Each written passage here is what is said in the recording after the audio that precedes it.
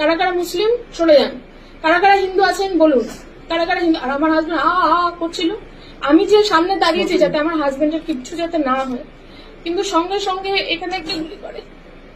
এখানে গুলি করাটা আমি দেখিনি, ও দুটো গুলি করেছে। আমি ভেবেছিলাম যা হোক আমার উপরে হোক, আমার হাজবেন্ড বাচ্চার যাতে কিছু না হয়, কিন্তু যখন দেখেছে আমি ওর সামনে গিয়ে দাঁড়িয়েছি, ওরা পুরোপুরি শুধু মেন্সদেরই ওরা টার্গেটটা করেছিল, ছেলেগুলোকেই মারবে।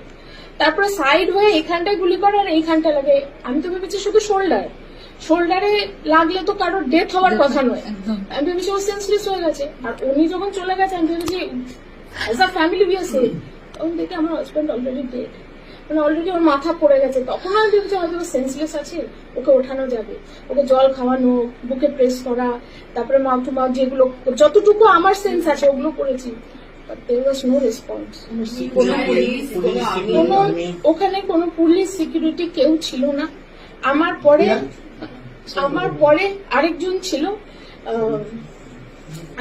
কি বলে এটাকে, লোকটাকে জিজ্ঞেস করছি বয়স্ক, আঙ্কেল জি আপ হিন্দু হো या মুসলিম হো? ও আঙ্কেল জি বলিয়ে। তো সবাই বলছে চুপ করে থাকুন, কেউ কিছু বলবেন না, কেউ কিছু বলবেন না। ওনাকে এখানে মারলো শেষ।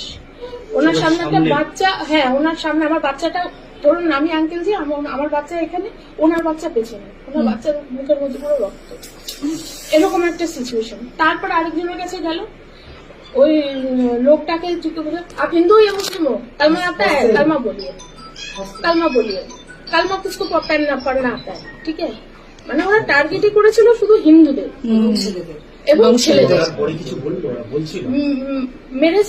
মেরে তারপরে একজনকে তো কি করে মারলো, একটা শুট করলো, ও তো মরেই গেছে। বাচ্চারা